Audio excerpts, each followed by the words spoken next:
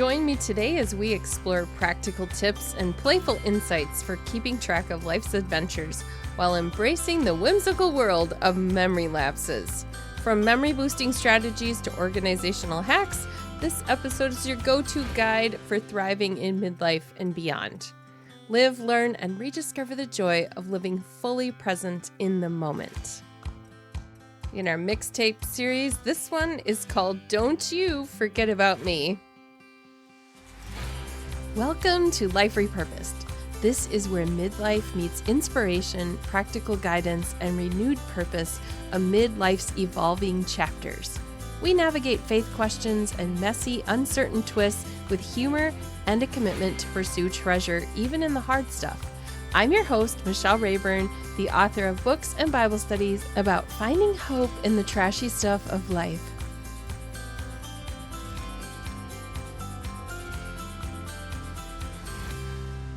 When you have a lot going on, it becomes more difficult to remember things. Have you had a startling moment when you've had proof that you did something, but you have no recollection of doing it or saying it? My husband showed me a text message once, and I had no recollection of saying that thing. So I don't think I was sleepwalking either. I just had forgotten that I told him that. It's difficult to acknowledge it when this happens to us. And sometimes people are just a little bit too polite to point it out. And other times people get really impatient with us and say, I told you that already. When the perimenopause stuff started, I realized just what brain fog is. And this midlife time is a curious blend of reminiscing about the past and pondering the future. It's a time when we think nostalgically about our youth, and then we also think about what lies ahead. And frankly, it can be a time of denial. Everyone else has the problem, not me. When I started midlife, and I still am in midlife, I was working a pretty high-paced job, and so it was really hard for me if I had moments where I didn't remember something, or I was just really struggling to get the word to come forward or a name. After all, this is a time of life where we're feeling really vibrant. You might actually be the most energized ever right now. When I got out of the phase where there were small children in my home, I had a whole lot of energy. And as we moved out of high school and the kids left home, I definitely had a lot of energy and I had great memory. And then it started. Those little things, like from forgetting where I left my glasses, which were ironically on top of my head, first place I look now, to drawing a blank in mid-sentence in a conversation and not having any idea what words I was about to say or where I was going with it. It can be pretty easy to chuckle at these quirks in our memory loss, the little brief things at this stage in life. But who hasn't walked into a room at any stage in life and wondered why you were there? Or maybe you struggled to recall the name of someone you've known for years. It's just that as we edge into the midlife phase, these things seem to be more pronounced. Maybe it's because they're happening more often, or maybe it's just because we're so terrified of forgetting anything because somehow forgetting something is going to be proof that I'm going to lose all of my memory. I've had to go back upstairs to try to trigger a memory of what I was going downstairs to get. I've played the alphabet game in my head trying to remember someone's name. You know how you go through A, B, C. No, it didn't start with any of those letters. And then you get to the end of the alphabet and you have to go all over and start again. One day at the grocery store, I couldn't remember my own phone number to unlock the coupon codes on my membership account, and the young guy at the checkout just stared at me because he was asking me to punch in my phone number, and I couldn't remember it. I've opened my smartphone to make a call, only to realize I'm actually typing the numbers into the calculator function. Nope, that does not work for making a phone call. I have added an AirTag to my purse and another one to my husband's keys because we both have things that we set in places and then we wonder where was the last time I saw that. Now, despite having a lot of denial because I'm a normal human, I also know that these strange lapses are normal too.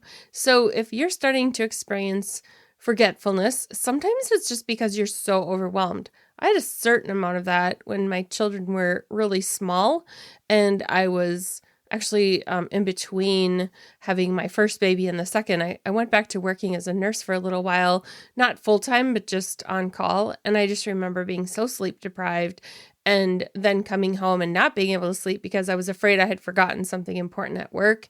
And so we do have those phases where our brains are completely overwhelmed. So that's a whole other thing. But we're talking about what happens in midlife when we start to have some little lapses. And amid chuckling about it, there's also this sense of yearning, this desire to make every memory count and to find new purpose in the midst of forgetfulness, because in reality, we all know people who have had true memory loss. And it is not something to joke about when somebody moves into having something like Alzheimer's or a different form of memory loss. And so I don't want to move into something super depressing right now, but that is the reality that we face. We know people who started to exhibit signs of true forgetfulness in their 40s, in their very early 40s. And so as we think about this today, we're thinking about how can we look at it through the lenses of understanding there's a true reality out there, but not to live with this total paranoia about every little memory lapse, thinking that this is a clinical diagnosis. We need to find a place in between somewhere so that we can enjoy life yet. So this week's Midlife mixtape track is titled Don't You Forget About Me. Remember, they're all based on either a parody of or a literal title of an 80s song. And so I'm using that just because I'm a product of the 80s. I graduated from high school in the 80s, and that stuff is still pretty popular right now. So today's episode mixtape number is Don't You Forget About Me. Now, I want to start with the more nostalgic aspect of memory, and then we'll work towards some practical tips. And there's also, in case I forget to tell you at the end, there's also a worksheet that's going to go along with this episode. That is for the people who are paid subscribers through Substack. You'll hear about that at the end, but if you're curious right now, just make a note. Remember that it is liferepurposed.me. All right, now let's think about the years right after you graduated from high school or college. Once they played that track of the pop songs and they did the slideshow, you know how they do that. They have all these clips of the songs that everybody danced to at the school dances and everything. And then they do the slideshow. And in our school district where my kids graduated, the class sizes are actually like in the low 20s. Yes, like 20 students, 20 to 25 students. So they will show their baby picture and they'll show their high school picture. And then they have all these memories of some of these kids have been friends forever and ever. So they show memories of growing up together. My high school had 535 people graduating together, so we didn't have any of that. We didn't have a slideshow with all of our photos. We just had kind of a general couple shots from the yearbook kind of a thing. But my husband's school had this really cool 80s soundtrack with pop songs, and they played through that. I don't know why I just got off on that tangent on you. I meant to just touch on that briefly. Okay. So once you've played that slideshow and you've reminisced and you've taken your yearbook home and you've tossed it in a stack somewhere and you move forward, you might forget about what has happened in high school. You're moving forward. You are looking forward to the future. I only get my yearbook out now when I can't remember someone's name from the past, but a few years go by after high school, and then we do get to a place where we start pondering and we think about what we want to do next. We think about how far we've come, and then we think about what's on our bucket list. Only it isn't quite a bucket list yet, because that's like what we want to do before we kick the bucket. It's more like a live it up list. This is related to living life to the fullest, with this idea of making the most of your time before getting to this certain age milestone, like seizing the day and embracing new experiences before you're over the hill. So as we think about a live it up list, we're thinking, well, what do I want out of life? And suddenly the numbers 40 loom on the calendar as you're thinking ahead and doing the math, because that's how I do my age now. I have to think about the year I was born and I have to do the math, and you start needing cheater readers because you're holding the book out really far. And tip, if you're finding your arms are far, far too short, then it's time to head over to CVS and get that $10 pair of magnifying readers. So midlife is this natural time for reflection. We realized we're not in high school anymore, we're not in college anymore, but there's a lot of life left to live. I want you to take a moment to look back on your life thus far and celebrate your accomplishments, no matter how big or small. Reflect on the lessons you've learned and the experiences that have shaped you into the person you are today. By acknowledging your past, you can gain insight into what truly matters to you and where you want to focus your energy moving forward. This becomes an opportunity to reignite your sense of purpose and to seek out new experiences, whether it's traveling to a destination you've always dreamed of, picking up a new hobby, volunteering for a cause you're passionate about, stepping outside of your comfort zone. These things can invigorate your mind and spirit because you're doing something that pushes you a little bit. Embracing the unfamiliar and allowing yourself to be inspired by the possibilities that lie ahead are really good for us as we think about what we want out of life. So if you're considering your purpose and you're thinking about goals, whether it's pursuing a new career path, improving your health and wellness, or deepening your connections with loved ones, any of these might set you to thinking and reevaluating, and you might get a little bit restless. Last week in that episode, I talked about thinking about a midlife crossroads instead of a midlife crisis. And so that's the place you're at if you're in that midlife phase and you're evaluating all of these. But that restlessness comes because we're just sometimes unsure, like, what should I do next? When my youngest son was in college, I started thinking about what I wanted to do next. Now, I had my kids at age 23 and 25, so I've said on that podcast before that I really feel like midlife started fairly early for me because my kids were in college and I was like, let's see if I do the math. I think I was like early 40s when my kids were both in college. And once we got to this place where the child tax credit and deductions for dependents dried up, I had to think seriously about some next steps. Life was different with kids in college and our expenses changed. And like I said, we didn't get tax refunds anymore. So I took a job that involved a commute and I worked in a field that had some things that really stretched me a lot, but it also provided growth. When I stretch, I grow. It's kind of like how muscles work. There were new experiences, new skills, and new confidence that came with that. It reminded me that despite my struggle with some mild forgetfulness and the hormone brain fog and all those things that were coming along with that phase of my life, I still have a lot to contribute. I did need to beef up my skills and find some new ways to cope again because every phase of life, there's new things we have to cope with. And for me, one of those was like, how do I cope with little tiny moments of forgetfulness and making sure I don't miss some of the important things? But this career change launched me into some of my best years of my life. I'm still there. So the story is still being written. I'm not in that career, but I'm still in those best years of my life that were the springboard that began when I started to say, what would I do that's different? Some of my friends are actually starting to think about retiring as it gets closer for them. I'm not even close to that right now. So I'm not thinking about retirement. I'm really thinking about that live it list. Okay. So the changes that came along with my life during that phase also brought their own version of chaos. Remember how I said it stretched me? Well, amid the chaos of everyday life, it's easy to overlook the blessings that surround us. And so in the middle of that chaos, I had to really up the gratitude game and take time each day to reflect on the things I was thankful for, because when I get overwhelmed, I go to the negative space. Not everyone does that. I just go into this like, I feel like there's no hope, like I'm never going to learn this thing I need to learn, or this frustrating situation is never going to get better. And I found that gratitude was the thing I really needed to work on. And I didn't start a gratitude journal or do anything like that. Nothing real specific other than I found that the commute time was a really great time for talking to God and letting him know what I was thankful for. I hadn't really discovered podcasts yet. I didn't have audiobooks. My car had a CD player. So I At first, I didn't have a way of playing any audio but the radio. So I was listening to Christian radio, I was listening to worship songs, singing along with those, and then sometimes I would just turn off the radio and have conversations with God.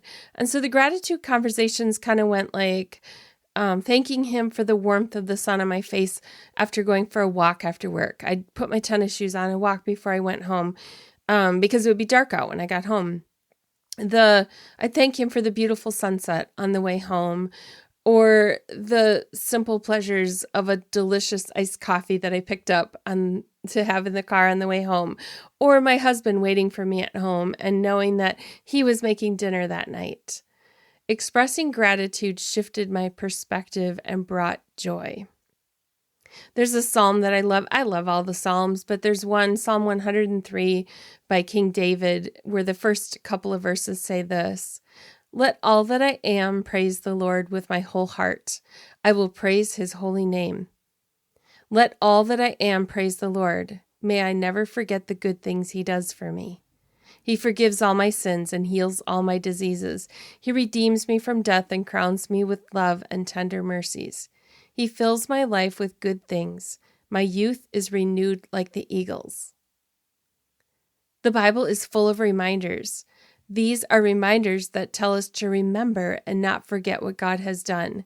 This is the kind of remembering we can do daily.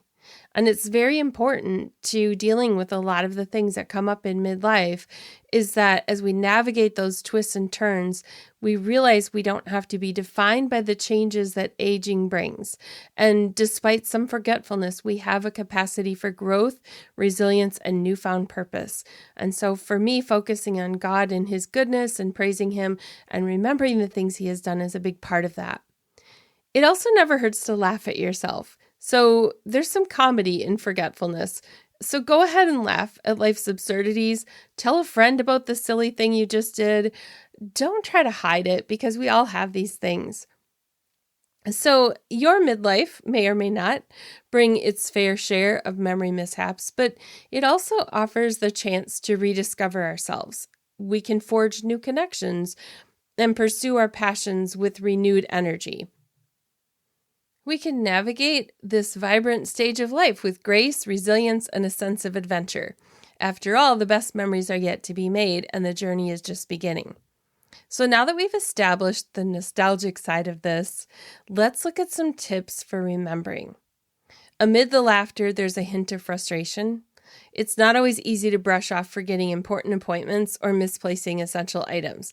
And that's why it's crucial to adopt some practical strategies to navigate the maze of forgetfulness. So I want to give you some tips based on some things that have worked for me.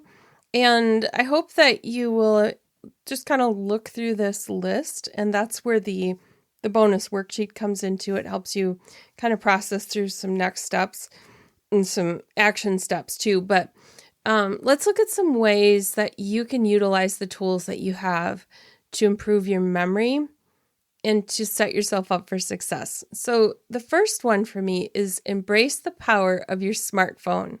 If you've been resistant and you say, I'm a paper person, I don't care if you want a paper calendar. I don't care actually if you do it your way, because it's your life. No matter what you do, it's your life. So if I sound really forceful or bossy here, just write that off, because I'm just giving you suggestions based on what I've tried. So I have actually ditched the paper calendar, but if you love it, it's yours to keep. But I have ditched the paper to-do list.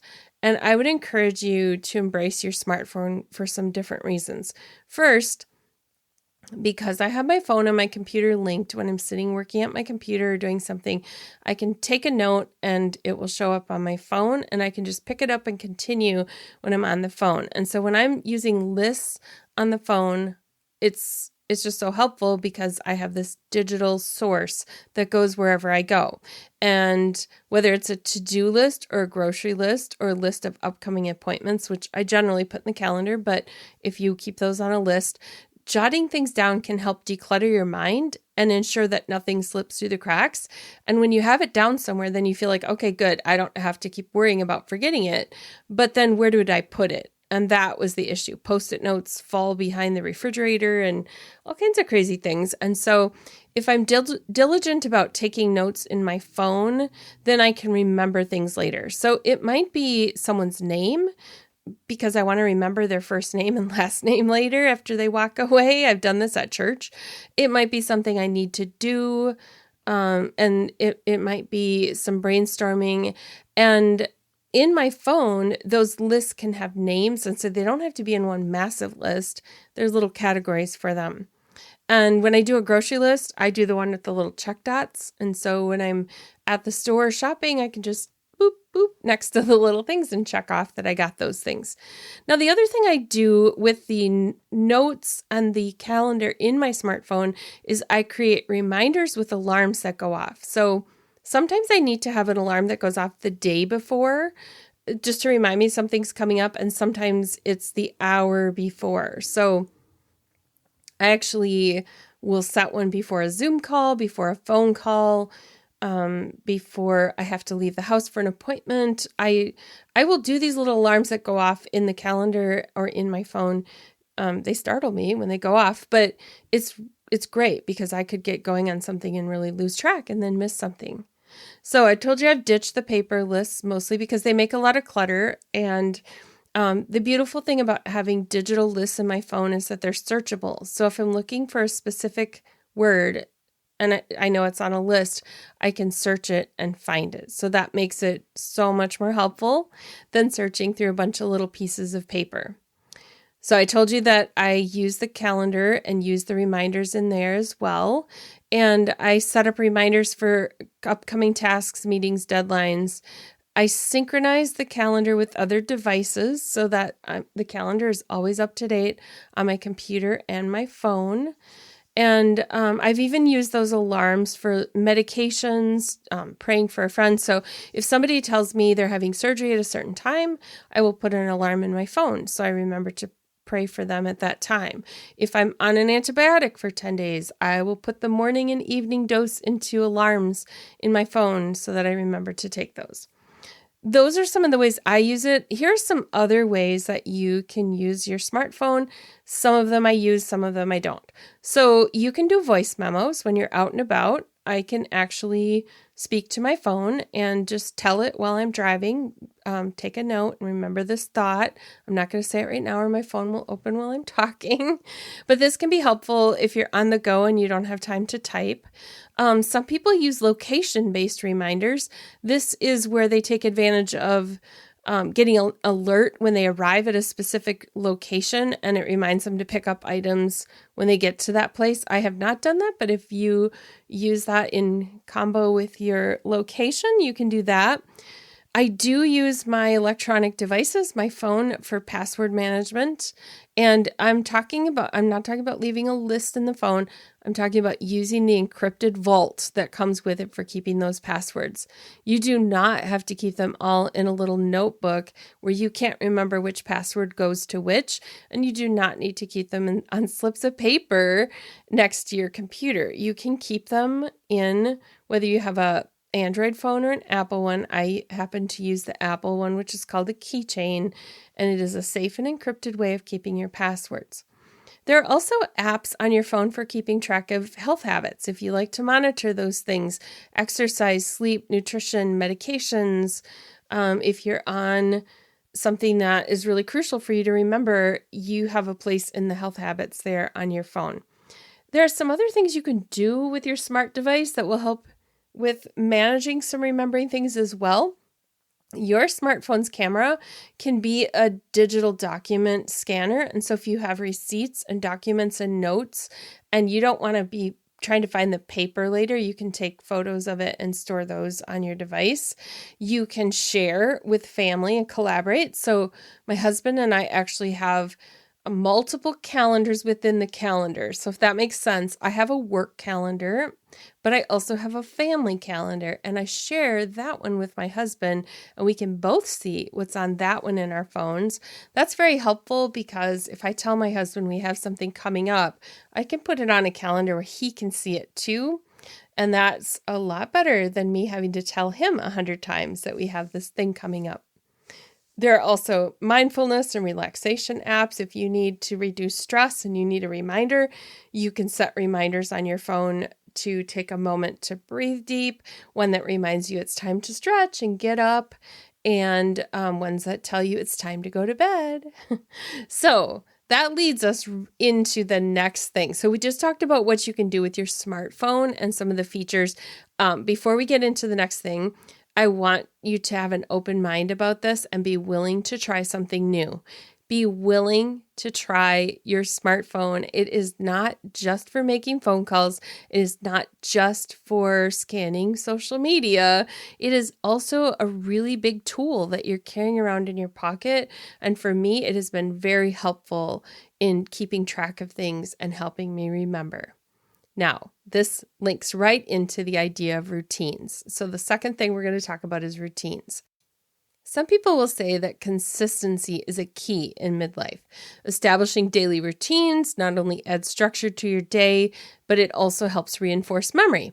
Whether it's setting a specific time for exercise, meal prep, relaxation, sticking to a routine, whatever you have in that routine, this can reduce the likelihood of forgetting important tasks or appointments if you have that routine. Now, establishing that can be both positive and negative, so we're going to explore both because you could probably give me an argument for either one. So first, let's look at why it can be beneficial to have a routine. First, it increases productivity. Having a routine helps you manage your time efficiently, and that leads to increased productivity. And this is because you have allocated time slots for tasks and activities. That means you can stay focused and accomplish more throughout the day. A well-established routine can also provide a sense of structure and predictability, which helps reduce the feelings of anxiety and stress. Knowing what to expect and having a plan in place can contribute to a greater sense of calm and control. Routines can also facilitate the establishment of healthy habits, such as regular exercise, balanced nutrition, adequate sleep, and stress management.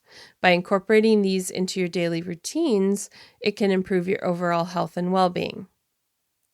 Routines can help prioritize tasks and manage your time more effectively by allocating specific time slots for different activities, such as work, family time, self-care. You can strike a better balance between these various responsibilities. Routines can also help us establish boundaries between work and personal life, which prevents burnout and promotes a work-life balance. By setting designated work hours and scheduling leisure activities, you might be able to create boundaries that allow you to recharge and unwind.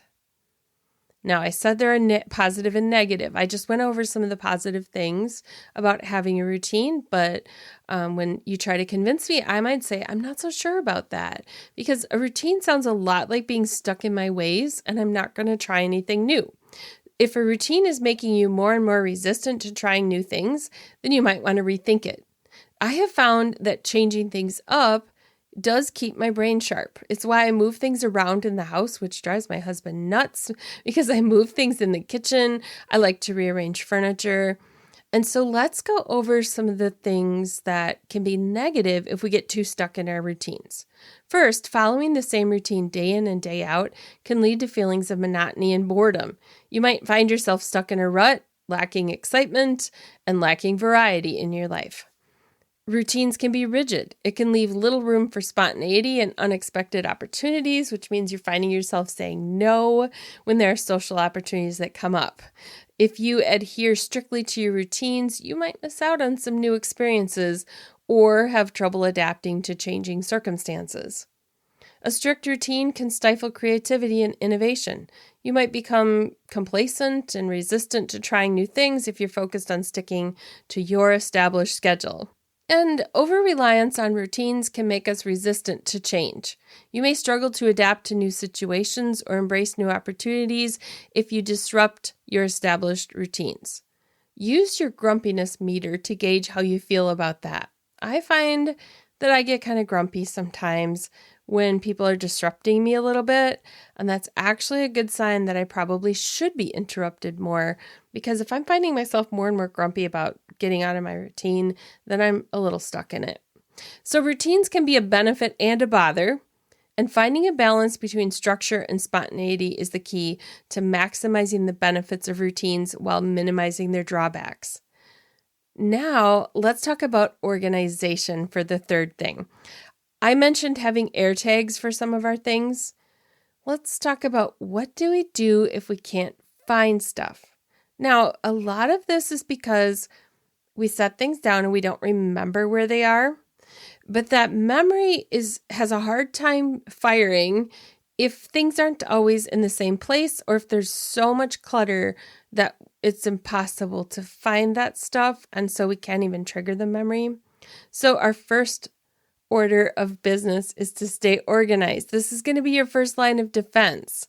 Clutter can be the enemy of memory. Keeping your living and workspaces organized, it minimizes the distractions, which if you're the least bit ADD and you're forgetful, that's really quite the combo. So if you can have some organization to your space, then it reduces those chances of misplacing things.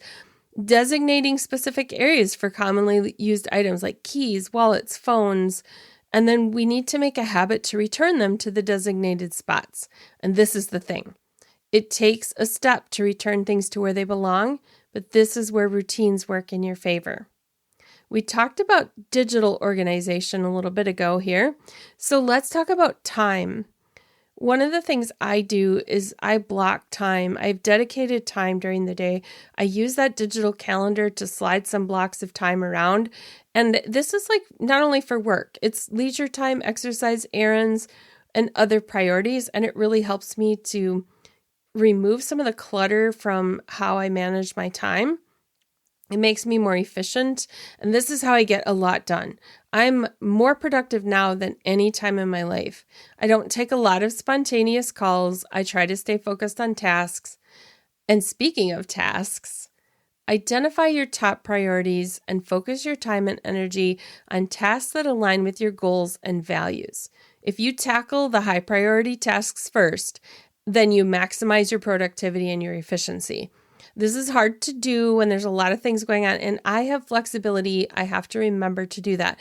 There are some days where I babysit my grandkids or I go somewhere with a friend. I'm not that rigid. I just have pretty good boundaries about how I block out my time because that's how I get stuff done. Now, one of the things with clutter is that you have to take time to declutter your physical and digital spaces on a regular basis.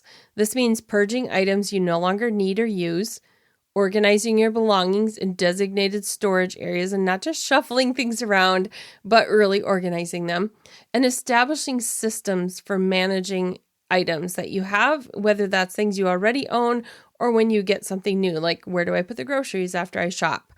Decluttering helps to reduce the visual and mental clutter, which makes it easier to stay focused and stay organized. For me, I have to declutter my office every day before I start my work. I really don't do well with a lot of stuff piled on my desk. It's like it just adds to the mental clutter, and it's not like an OCD thing or anything like that. I just have to keep it picked up. The other thing that I've been doing is really slowly going through the house, and I need to do it again. I need to keep doing it because I don't want our kids to have to sort through a lot of junk someday, and we have way more than we need. My husband and I have lived in the same place for 18 years. I've never lived anywhere that long in my life. I've not had the advantage of moving where you have to sort through some things. So I would like to declutter now so that downsizing someday won't be so difficult. So whether it's us having to pack it all up in a moving van or our kids having to go through it someday in the future when we're gone, I want to clean that all up now and not keep things we don't need.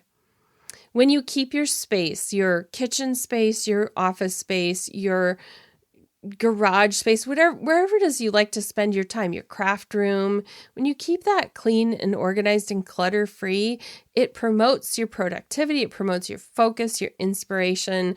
And so you're going to have to find your own system because I could tell you a whole system and everyone has their own way of doing that. But that clear workspace is really going to help you a lot. The other thing that I do is I have systems and processes for things like where do the bills go after we pay them? Where do we keep the things we need for taxes? I have routines and templates that I use, checklists for the work that I do, and I just pop that up on my task list and I just work right through that list. Those systems are really my key to productivity, and it also is like a security net because I know that's coming on that checklist and I don't have to worry about, did I forget that? Oh, it's not checked off yet. I still have to do that.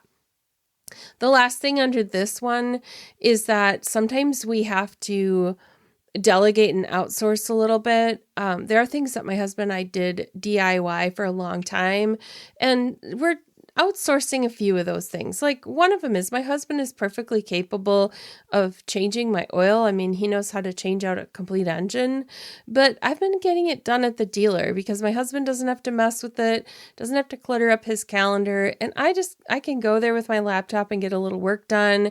And then they'll let me know if there's a recall or something like that. For a little while, I hired somebody to come in and clean the house for a little bit. I don't have anybody right now, but that was really helpful in a phase of life where I just wanted to walk out of my home office and have a clean house sometimes, because you know how that is. It's really nice to have your house all cleaned and you didn't have to do it. So I encourage you to look for where you need to delegate and outsource. We're at that place where we're trying not to ask our adult children to help us too much. We know that someday down the road, we might really need the help. So for right now, we're trying to figure out, where can we delegate and outsource in ways that we can afford, and where can we cut corners so that we can afford that. Now, as you look at some of the things that you're doing when you're organizing, do take time to regularly review your progress. Look at your systems, look at the processes, see what's working, look at what can be improved. Give yourself a little feedback, kind of run through the way you're organizing things right now, and then make some adjustments as needed. Change it up if it isn't working for you. You don't have to do it just because somebody else does it that way. You get to come up with whatever strategies work for you. But the important thing is that these have to become habits. And when you can create habits and you have this structured and efficient approach to managing your time, your tasks, and your resources, it's going to lead to greater productivity, greater satisfaction, and greater success in both your personal and professional life. The last thing that I want to talk about today is looking at how we can stay active mentally. Now, engaging in mental exercises such as puzzles, crosswords, learning new skills, learning hobbies, it not only helps your mind stay active and engaged, but it also plays a significant role in improving your memory and cognitive function. When you challenge your brain with new information or tasks, you stimulate the growth of new neural connections and pathways, which strengthens your brain's ability to retain and retrieve information. It's like physical exercise and how it strengthens muscles and improves your cardiovascular health. Mental exercise enhances your cognitive ability and helps maintain your overall brain health. So when you engage in activities that require problem solving, critical thinking, and memory recall, you activate different regions of the brain. And this is crucial for forming and storing memories. For example, solving puzzles or playing memory games exercises your brain's ability to focus, concentrate, and remember information. And this leads to improvements in both your short-term and your long-term memory. I like doing word games daily, and so I do Wordle. I also play Connections because I really like the word ones. Some people like the numbers ones. My husband and I also like to play games like, here's where the memory thing comes. Okay, I had to pause and think about it. We like to play Blockus, which is a spatial shape kind of a game where you have to see if you can fill in as many places and use up as many of your pieces. We also have played a game called Patchwork, which is sort of similar to that, where you have to take pieces of odd shapes and put them on a board. This is a little different than the word games that I like to do. I also like to learn new hobbies and skills, and not necessarily ones that are going to break the budget, but just little things, trying something new. Maybe it's just for a day. It's not like starting a whole new hobby, but it's like going and doing a project somewhere, or attending a seminar or something like that.